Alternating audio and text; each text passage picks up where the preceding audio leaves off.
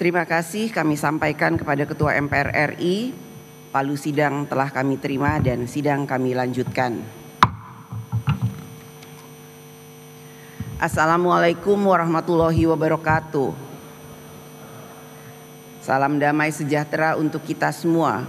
Om Swastiastu, Namo Buddhaya, salam kebajikan. Yang saya hormati Presiden Republik Indonesia Bapak Haji Prabowo Subianto,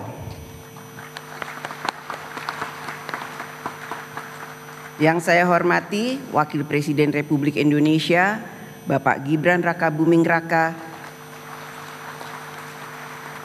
beserta Ibu Selvi Ananda Putri. Yang saya hormati Presiden Republik Indonesia ke-6 Bapak Profesor Dr. Honoris Causa Haji Susilo Bambang Yudhoyono MA. Yang saya hormati Presiden Republik Indonesia ke-7 Bapak Insinyur Haji Joko Widodo. Yang saya hormati Wakil Presiden Republik Indonesia ke-6 Bapak Jenderal TNI Purnawirawan Tri Sutrisno. Yang saya hormati Wakil Presiden Republik Indonesia ke-10 dan ke-12 Bapak Dr. Andes Haji Muhammad Yusuf Kalla. Yang saya hormati Wakil Presiden Republik Indonesia ke-11 Bapak Profesor Dr. Haji Budiono BSc MEC. Yang saya hormati Wakil Presiden Republik Indonesia ke-13 Bapak Profesor Dr. Honoris Causa Kiai Haji Ma'ruf Amin.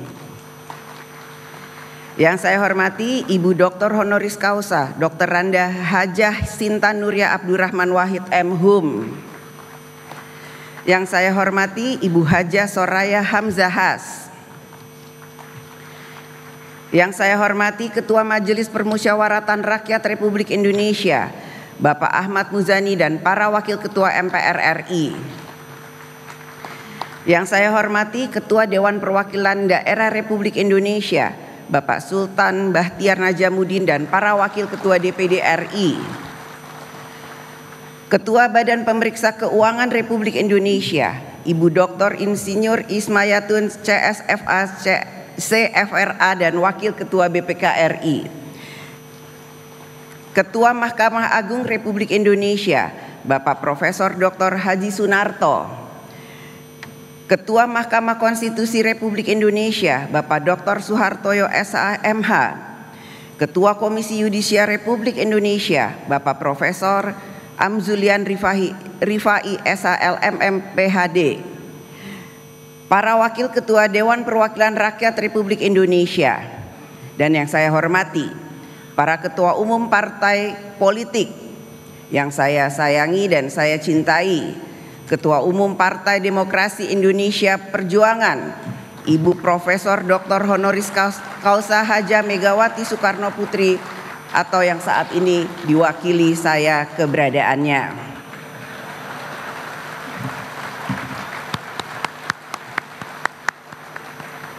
Yang saya hormati Ketua Umum Partai Golongan Karya Bapak Dr. Bahlil Lahadiah. Yang saya hormati Ketua Umum Partai Gerindra Bapak Haji Prabowo Subianto. Yang saya hormati Ketua Umum Partai Nasional Demokrat Bapak Dr. Honoris Causa Dr. Andes Haji Surya Dharma Paloh.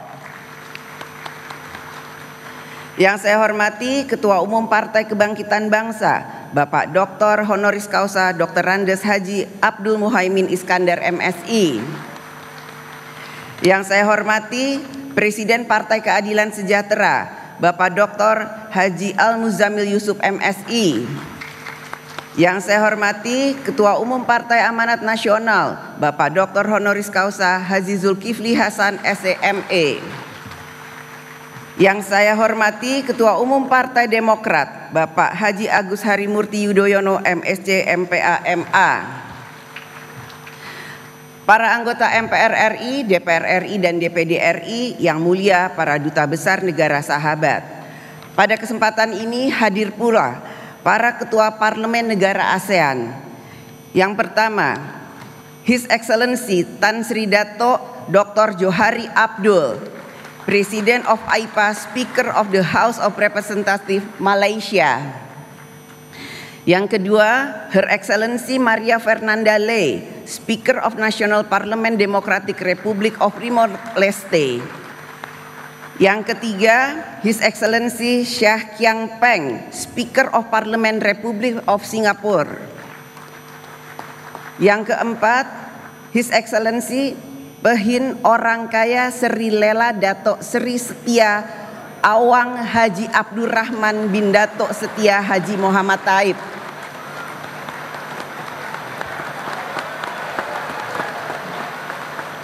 Speaker of Legislative Council Brunei Darussalam.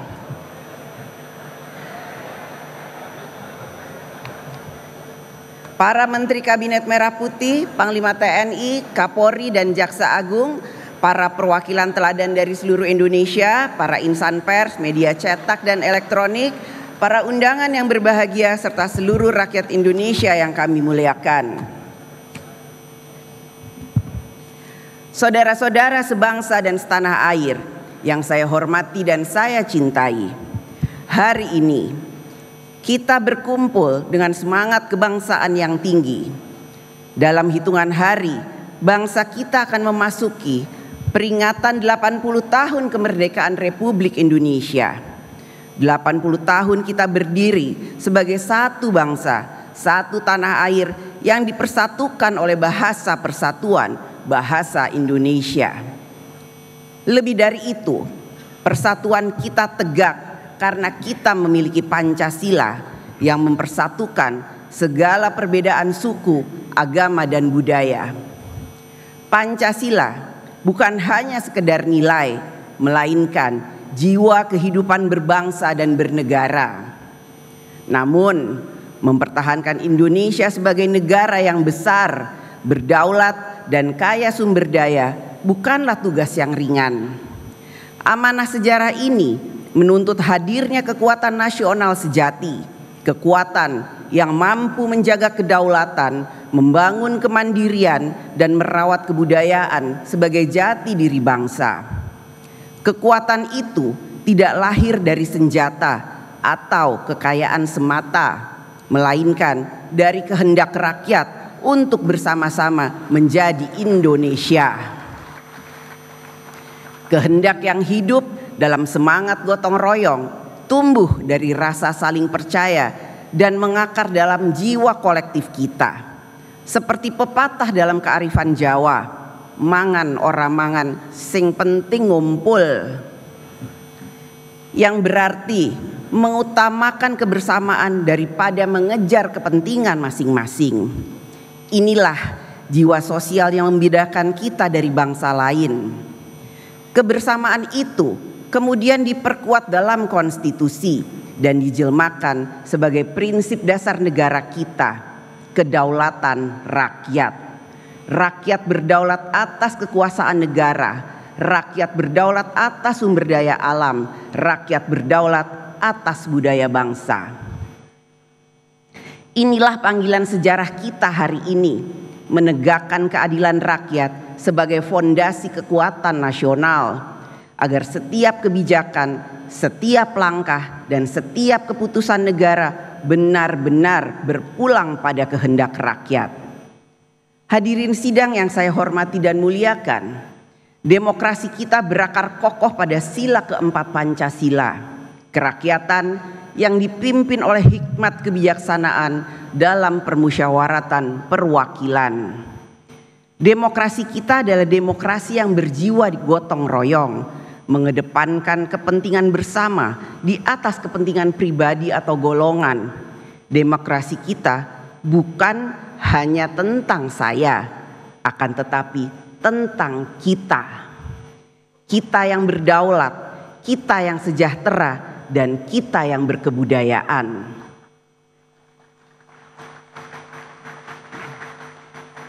Demokrasi Pancasila menempatkan musyawarah sebagai proses utama dan hikmat kebijaksanaan sebagai sumber pikiran dan nurani dalam setiap pengambilan keputusan, sehingga membawa kebaikan bagi seluruh rakyat dan tidak meninggalkan siapapun di belakang.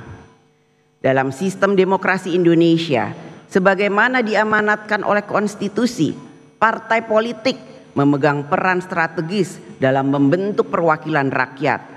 Partai politik bukan sekedar kendaraan menuju kekuasaan, tetapi jembatan antara rakyat dan negara. Dari partailah wakil rakyat dilahirkan, dari partailah presiden dan kepala daerah diusung. Oleh karena itu, partai politik memikul tanggung jawab besar sebagai soko guru kedaulatan rakyat. Partai politik bukan hanya struktur organisasi, partai politik adalah institusi perjuangan yang seharusnya berdiri tegak di atas nilai, integritas, dan kepercayaan rakyat. Sebab partai tanpa nilai perjuangan akan membawa kekuasaan kehilangan arah dan makna bagi rakyat. Karena peran strategis itulah, partai politik tidak boleh berhenti membenahi diri. Partai harus menjadi tempat lahirnya para pemimpin yang bukan hanya pandai berbicara, tetapi juga mampu berpihak, bekerja, dan berani mengambil risiko demi kepentingan rakyat.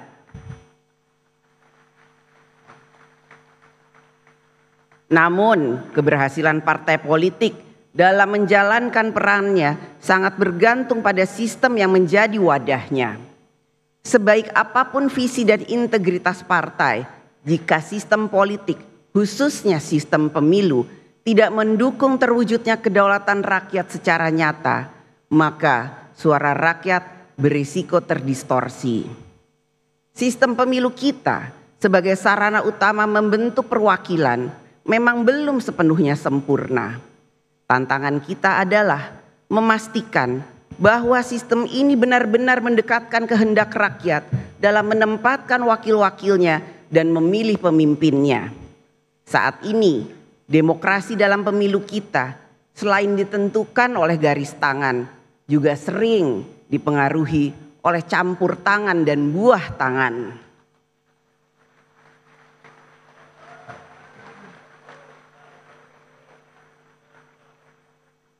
Kita semua memiliki garis tangan, nasib dan kesempatan yang diberikan oleh Allah Subhanahu wa Ta'ala, Tuhan yang Maha Esa. Tetapi tidak semua dari kita memiliki kemampuan yang sama untuk ikut campur dan memberikan buah tangan dalam menentukan arah demokrasi.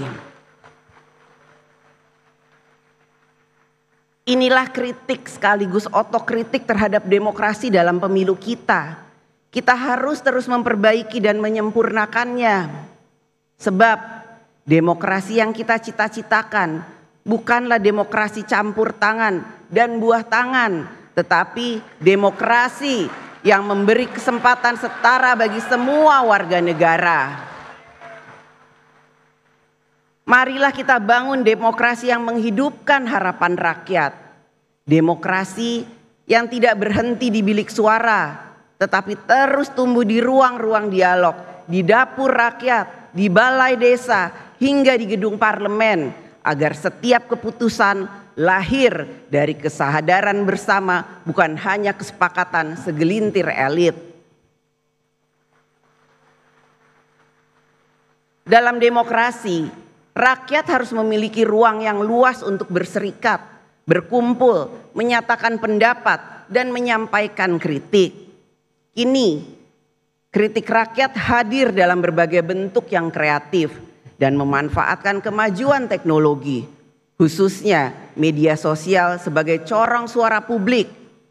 Ungkapan tersebut dapat berupa kalimat singkat seperti kabur saja dulu, sindiran tajam, Indonesia gelap, lelucon politik, negara Konoha, hingga simbol-simbol baru seperti bendera One Piece dan banyak lagi yang menyebar luas di ruang digital.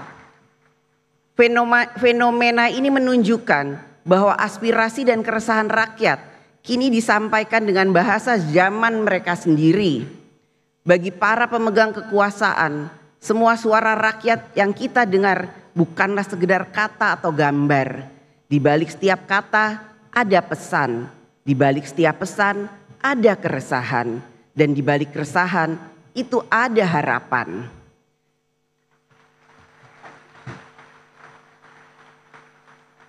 Karena itu, yang dituntut dari kita semua adalah kebijaksanaan. Kebijaksanaan untuk tidak hanya mendengar, tetapi juga memahami. Kebijaksanaan untuk tidak hanya menanggapi, tetapi merespon dengan hati yang jernih dan pikiran yang terbuka. Kita semua berharap apapun bentuk dan isi kritik yang disampaikan rakyat tidak boleh menjadi bara yang membakar persaudaraan Indonesia. Kritik tidak boleh menjadi api yang memecah belah bangsa. Sebaliknya, kritik pun harus menjadi cahaya yang menerangi jalan kita bersama. Kritik dapat keras dalam substansi dan menentang keras kebijakan. Akan tetapi, kritik bukan alat untuk memicu kekerasan, kebencian, menghancurkan etika dan moral masyarakat, apalagi menghancurkan kemanusiaan.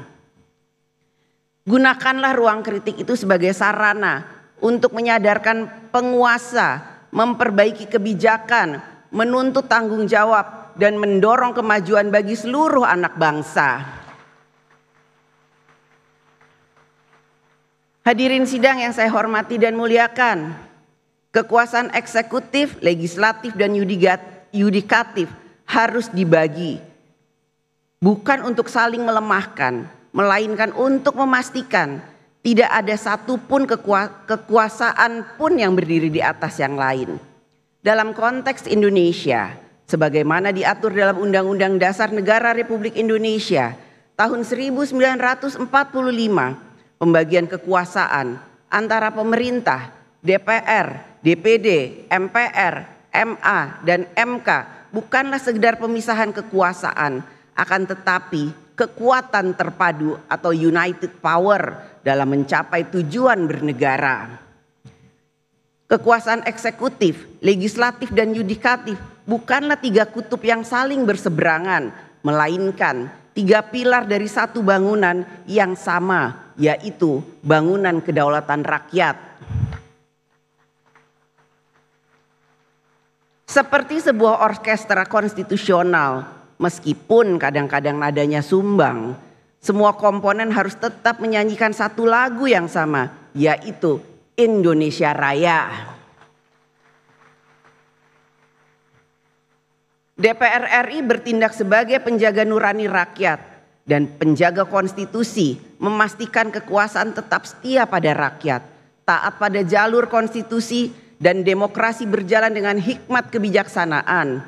DPD RI menjadi penyambung aspirasi daerah di tingkat nasional, menghimpun, menyalurkan, dan mengartikulasikan aspirasi masyarakat daerah dalam kerangka Negara Kesatuan Republik Indonesia. Mahkamah Agung dan Mahkamah Konstitusi merupakan penjaga supremasi hukum sekaligus bagian dari sistem demokrasi yang beradab yang menjalankan kewenangannya secara konsisten tanpa melampaui batas wewenang yang telah diatur konstitusi. Oleh karena itu, DPR RI dalam menjalankan fungsi legislasi, pengawasan, dan anggaran bukanlah bertujuan untuk melemahkan pemerintah. Sebaliknya, fungsi-fungsi itu dijalankan untuk memastikan bahwa setiap kebijakan pemerintah berpihak pada rakyat serta selaras dengan konstitusi. DPR RI dan pemerintah adalah mitra konstitusional dalam menjalankan amanat Undang-Undang Dasar Negara Republik Indonesia 1945 dan seluruh peraturan perundang-undangan yang menjadi pedoman kehidupan berbangsa dan bernegara. Hadirin sidang yang saya hormati dan muliakan, kekuasaan selalu bersinggungan dengan realitas politik, gejolak sosial, tekanan ekonomi, dinamika global, dan berbagai tantangan lain yang hidup di masyarakat. Karena itu, kekuasaan bukan sekedar urusan organisasi atau kewenangan. Kekuasaan adalah soal bagaimana kekuasaan dijalankan dengan nilai, dengan etika, dan dengan tanggung jawab nyata kepada rakyat. Kekuasaan adalah alat, bukan tujuan. Alat untuk menghapus kemiskinan, memajukan keterbelakangan, dan memberi kepastian hidup yang lebih layak bagi seluruh rakyat Indonesia.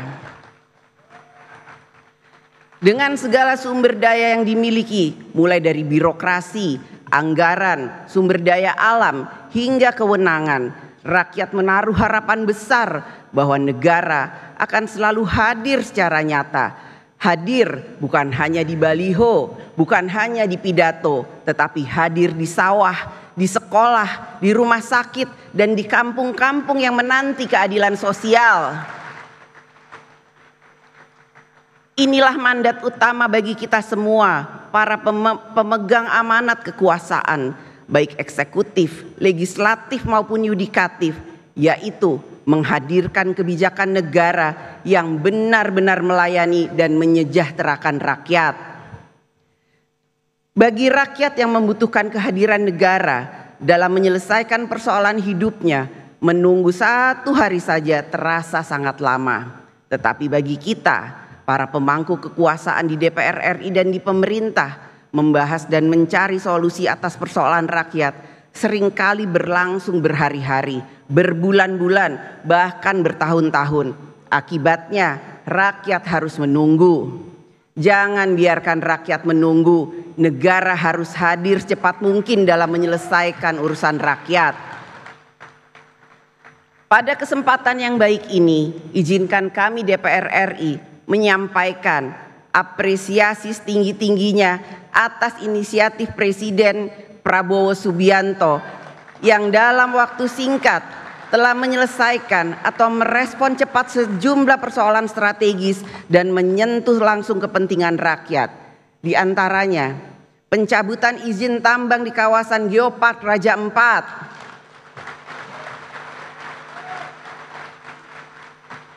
penyelesaian sengketa tapal batas pulau antara Aceh dan Sumatera Utara, kebijakan pembelian gabah petani dengan harga yang layak, dan berbagai kebijakan lain yang dijalankan melalui program Astacita. Respon cepat ini patut diapresiasi karena mencerminkan keberpihakan pemerintah pada kepentingan rakyat. Namun akan lebih baik jika langkah-langkah tersebut merupakan hasil dari perencanaan matang dan cermat sehingga menjadi bagian dari kinerja reguler pemerintah. Kedepan, rakyat tentu mendambakan agar masalah-masalah lain yang berada di luar kemampuan mereka dapat diselesaikan pemerintah dengan cepat. Tugas kita bukan hanya membicarakan harapan rakyat, tetapi juga mewujudkannya. Pemerintah dalam menjalankan kekuasaannya harus senantiasa mawas diri, sebab kekuasaan sejatinya adalah untuk melayani, membantu, dan memberdayakan rakyat.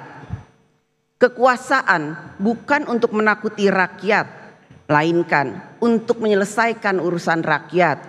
Meskipun seringkali urusannya rumit, ibarat cinta segitiga antara aspirasi, anggaran, dan aturan.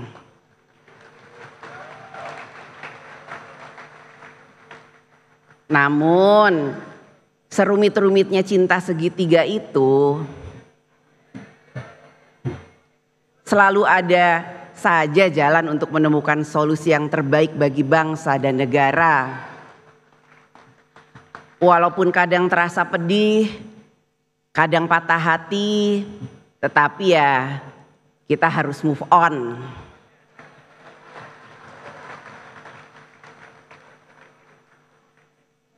Hadirin sidang yang saya hormati dan muliakan, hari ini kita dihadapkan pada ketegangan dan konflik geopolitik, perang dagang, krisis iklim dan energi, ketimpangan ekonomi dan yang semakin tajam, disrupsi teknologi, serta pergeseran kekuatan global.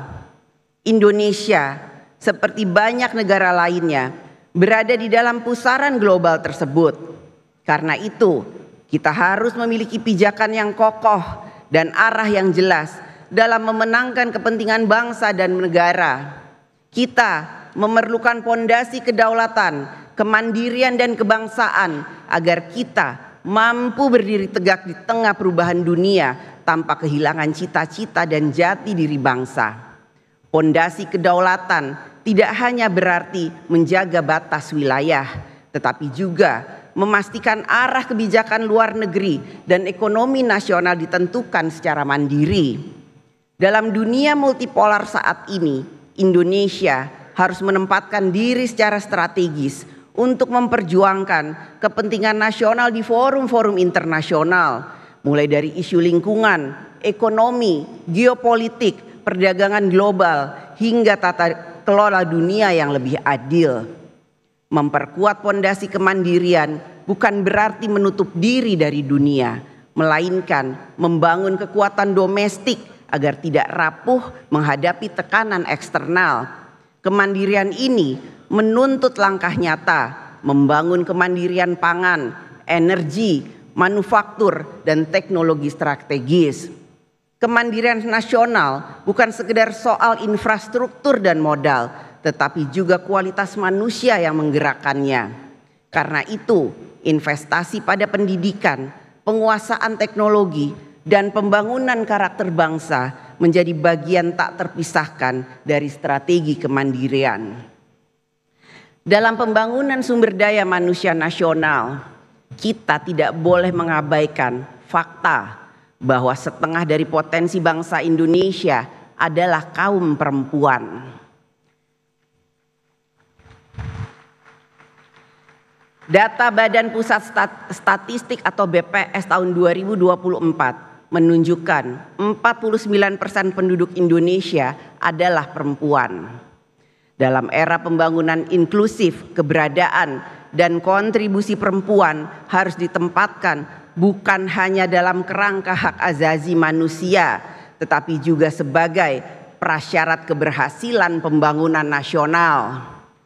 Hakikat pembangunan adalah membebaskan manusia dari belenggu ketidakadilan, kemiskinan, dan ketertinggalan. Karena itu, laki-laki dan perempuan harus sama-sama terbebas dari belenggu tersebut dan sama-sama meraih kesejahteraan. Bukan hanya laki-laki saja atau perempuan saja, tetapi laki-laki dan perempuan yang harus sejahtera. Saat ini, keterwakilan perempuan di DPR RI periode tahun 2024 sampai 2029 mencapai rekor tertinggi sepanjang sejarah, yaitu sekitar 21,9% atau 127 dari 580 anggota DPR. Ini adalah kemajuan yang patut diapresiasi, namun masih jauh dari target ideal minimal 30% keterwakilan perempuan di lembaga legislatif, sebagaimana semangat afirmasi kesetaraan gender dalam politik Indonesia. Suara perempuan adalah nada asli yang ikut membentuk simfoni kehidupan bangsa. Tanpa nada itu, melodi peradaban akan kehilangan harmoni, hanya seperti denting yang tak pernah menjadi lagu.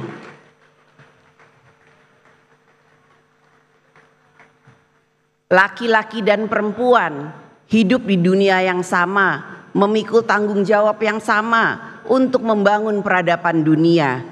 Seperti syair lagu yang pernah sangat populer.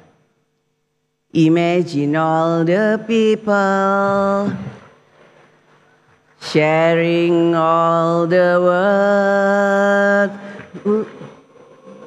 You may say I'm a dreamer, but I'm not the only one.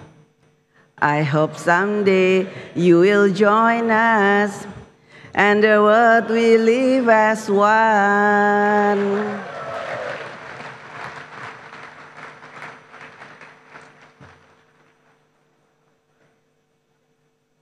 Begitulah seharusnya kita membayangkan tempat di mana perempuan dan laki-laki berbagi ruang, berbagi kuasa, dan berbagi tanggung jawab untuk kemajuan bersama.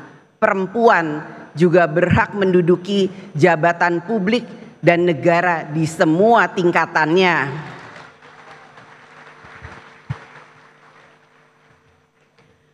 Pondasi berikutnya yang tak kalah penting adalah membangun pondasi kebudayaan. Kebudayaan bukan sekedar menjaga warisan masa lalu, melainkan juga sebagai upaya memperkuat jiwa kolektif yang menyatukan dan memberi arah moral bagi bangsa kita. Di tengah derasnya arus globalisasi nilai dan budaya asing, identitas bangsa kita tidak boleh luntur. Nilai-nilai luhur Pancasila, semangat gotong royong, serta Bhinneka Tunggal Ika adalah modal sosial terbesar yang kita miliki. Kita juga menghadapi tantangan terbesar yang berasal dari dalam diri kita yang harus kita taklukkan demi membangun kekuatan nasional yang kokoh dan berkelanjutan.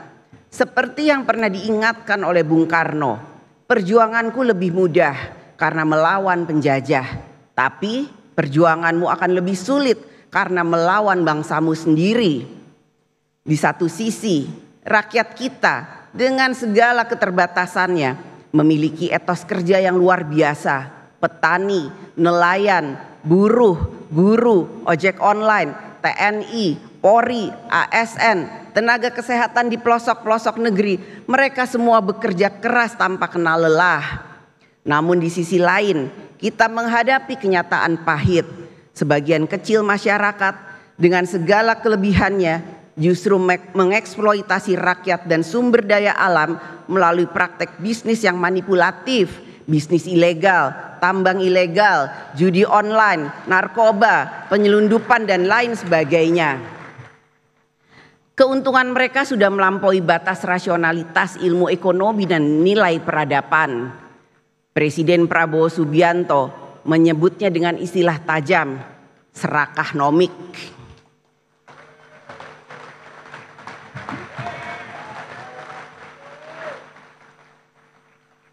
Sebuah perilaku serakah yang merusak sendi-sendi kehidupan berbangsa dan bernegara. Ini adalah persoalan serius yang harus kita hadapi bersama.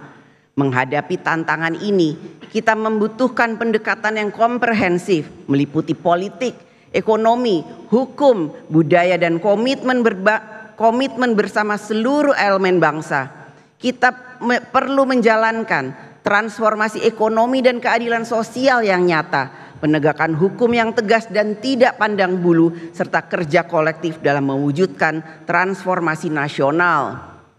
Dengan kebersamaan dan tekad bulat, kita yakin bahwa kita mampu memperkuat pondasi nasional yang akan menjadi kekuatan demi mewujudkan Indonesia yang adil, maju dan berdaulat.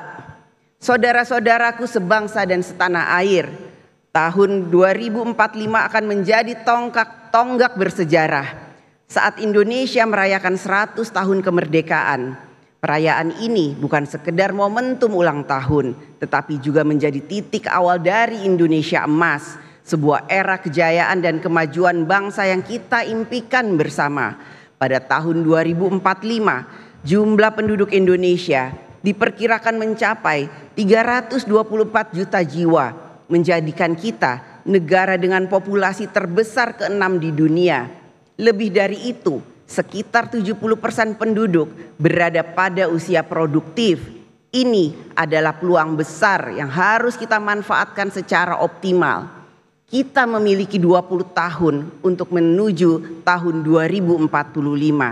Namun, jika kita melihat perjalanan 20 tahun terakhir, sejak tahun 2005 hingga 2025, kita dapat melihat kemajuan yang signifikan, tetapi juga masih banyak pekerjaan besar yang belum selesai. Pilar-pilar kemandirian nasional seperti pangan, energi, dan manufaktur strategis belum sepenuhnya menjadi kekuatan bangsa. Layanan dasar publik masih belum memuaskan dan demokrasi kita masih memerlukan transformasi mendalam, terutama dalam sistem partai, pemilu serta pemberantasan korupsi. Ini menunjukkan bahwa waktu 20 tahun bukanlah waktu yang panjang untuk pembangunan sebesar dan sekompleks Indonesia. Jika kita terus berjalan dengan pola pikir dan sistem kerja lama, mimpi Indonesia Emas 2045 hanya akan menjadi fata morgana yang indah tapi tak pernah akan terwujud. Kita masih memiliki waktu yang sangat berharga untuk melakukan langkah yang terbaik agar saat tahun 2045 tiba, kita tidak hanya merayakan 100 tahun kemerdekaan, tetapi kita benar-benar hidup di Indonesia yang maju, adil, makmur dan berdaulat. Pemerintahan Presiden Prabowo Subianto saat ini telah bekerja keras menata pembangunan nasional agar tetap berada di jalur yang tepat menuju cita-cita tersebut. DPR RI melalui fungsi konstitusionalnya sebagai mitra konstitusional pemerintah akan selalu ikut memastikan bahwa Indonesia menempuh jalan yang tepat untuk mencapai Indonesia Emas 2045. Hadirin sidang yang saya hormati dan muliakan, mari sejenak kita renungkan bersama. Ketika kita menatap wajah anak-anak di desa dan kota, terdengar suara riang mereka yang penuh harapan, tanpa tahu apa yang mereka hadapi di masa depan. Mereka percaya bahwa masa depan yang cerah adalah hak mereka tanpa syarat. Kepercayaan inilah yang menjadi amanah terbesar bagi kita semua, panggilan anak cucu kita, agar kita mewariskan negeri ini dalam keadaan yang lebih baik daripada yang kita terima. Hari itu bukanlah hari ini. Kata-kata ini mengingatkan kita bahwa kita masih memiliki waktu untuk menunaikan panggilan sejarah, untuk membuat kebijakan hari ini yang akan menjamin masa depan Indonesia yang cerah, bermartabat dan hebat. Mari kita jalankan amanah ini dengan tekad yang kuat, dengan kerja keras tanpa henti dan melayani rakyat dengan sepenuh hati. Jangan biarkan rakyat menunggu, karena setiap hari adalah kesempatan untuk memperbaiki dan membangun Indonesia. Dengan semangat itu, kita akan sampai di era Indonesia Emas 2045. Bukan sebagai sekedar harapan, tetapi sebagai kenyataan yang akan kita raih bersama. Hari itu bukanlah hari ini. Kita masih memiliki kesempatan untuk menciptakan masa depan Indonesia yang lebih baik. Indonesia Emas bukanlah mimpi semu, melainkan janji luhur yang kita perjuangkan bersama. Dirgahayu ke-80 Republik Indonesia, Indonesia tanah pusaka, pusaka kita semuanya. Marilah kita mendoa untuk Indonesia bahagia. Merdeka! Merdeka! Merdeka!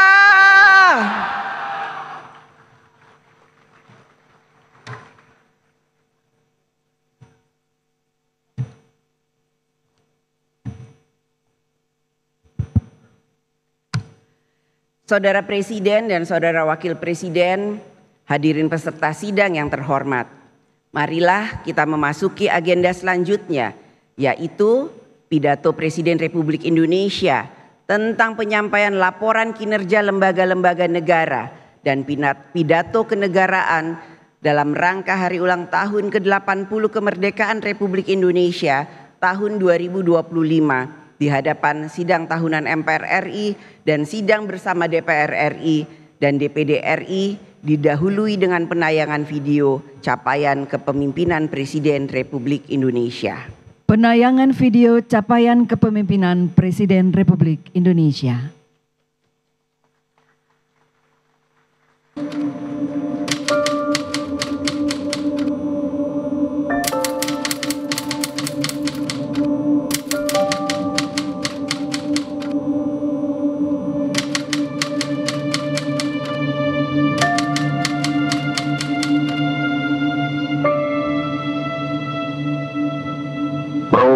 Proklamasi kami, bangsa Indonesia, dengan ini menyatakan kemerdekaan Indonesia. Berdasarkan Pancasila, makmur dalam keadilan, adil dalam kemakmuran. Kemerdekaan Indonesia. Berdasarkan Pancasila, makmur dalam keadilan, adil dalam kemakmuran, yang diamanatkan oleh Undang-Undang Dasar 45. Bangsa Indonesia harus tetap dari Sabang sampai Merauke satu sepanjang masa.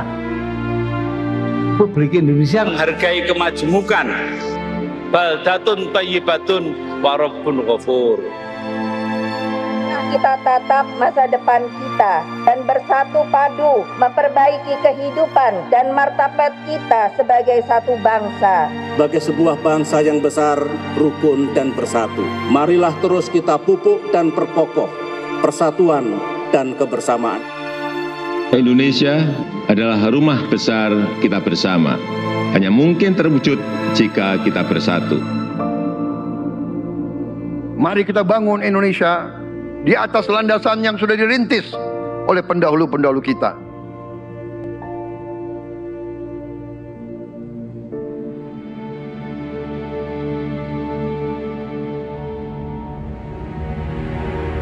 Perjuangan kita merebut kemerdekaan panjang, dan sekarang perjuangan kita untuk mengisi kemerdekaan, mewujudkan kemerdekaan. Tujuan kemerdekaan adalah suatu negara dan suatu bangsa di mana rakyatnya hidup dalam keadaan yang baik.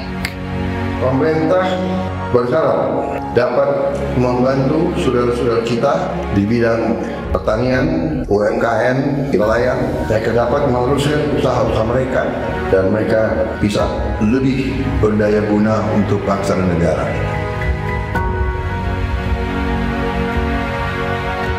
Saudara-saudara, anak-anak kita semua harus bisa makan bergizi, dan itu akan kita lakukan, dan itu bisa kita lakukan, saudara-saudara sekalian.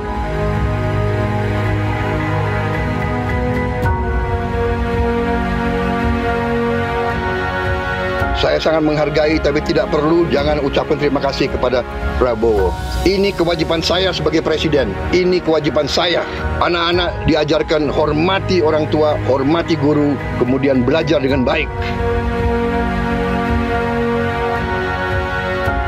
Kita harus mencapai ketahanan pangan dalam waktu yang sesingkat-singkatnya. Kita harus mampu memproduksi dan memenuhi kebutuhan pangan seluruh rakyat Indonesia. Kita akan swasembada pangan, bahkan kita siap menjadi lumbung pangan dunia.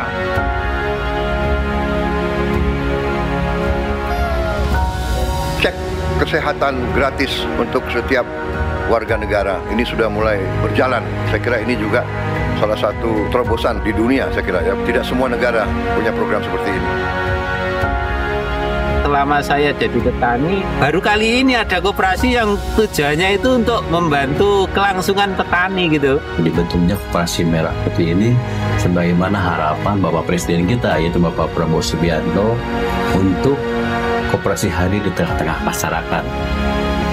Kita harus melakukan hilirisasi kepada semua komoditas yang kita miliki. Nilai tambah dari semua komoditas itu harus menambah kekuatan ekonomi kita sehingga rakyat kita bisa mencapai tingkat hidup yang sejahtera.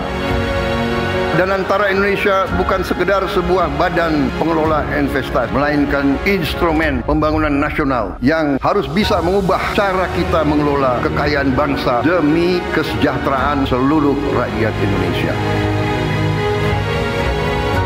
Kita harus memperbaiki sebanyak-banyak sekolah seluruh Indonesia dalam waktu secepat-cepatnya. Inilah yang saya sedang pikirkan terus bersama menteri-menteri saya. Dengan ini kita hendak memutus mata rantai kemiskinan. Anak orang mampu, anak orang miskin tidak boleh miskin. Katakanlah bapaknya sekarang pekerjaannya sangat sederhana, dia umpamanya tukang pemulung, anak dan cucunya tukang pemulung tidak boleh jadi tukang pemulung.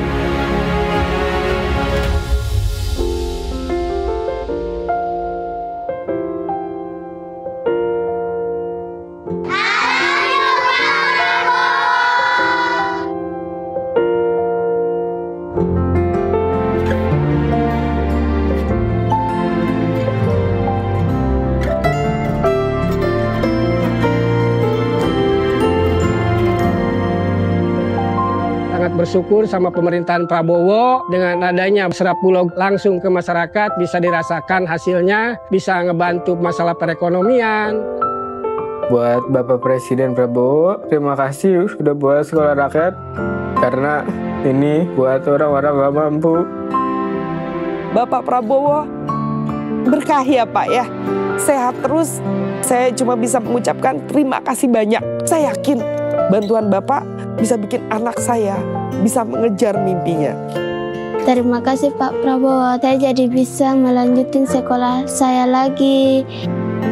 Terima kasih lah untuk CKG, dari CKG ini saya bisa bangkit lagi untuk kembali ke saya punya pendidikan yang saya kasih tinggal selama ini. Senang banget karena dengan adanya program ini sangat-sangat membantu kami yang tidak sarapan dari rumah, apalagi yang tidak mendapatkan uang jajan. Untuk Pak Presiden Prabowo, terima kasih banyak. Aku pastinya senang banget. Aku bakal bilang ke Bapak kalau aku berhasil meraih cita-citaku.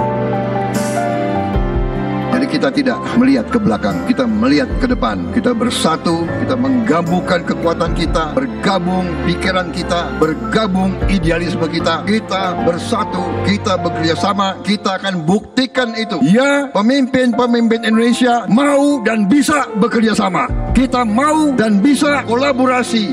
Kita mau dan bisa bergabung untuk rakyat Indonesia. Kita ingin menghilangkan kemiskinan dari bumi Indonesia. Kita ingin bekerja supaya tidak ada lagi warga negara Indonesia yang usianya 70 tahun masih narik becak. Kita tidak mau anak-anak kita tidak makan pagi sebelum dia ke sekolah. Kita tidak mau anak-anak usia 10 tahun badannya sebesar anak 4 tahun. Kita harus jawab tuntutan rakyat hari ini, bukan nanti. Harus atasi sekarang. Rakyat menuntut sekarang. Hidup dan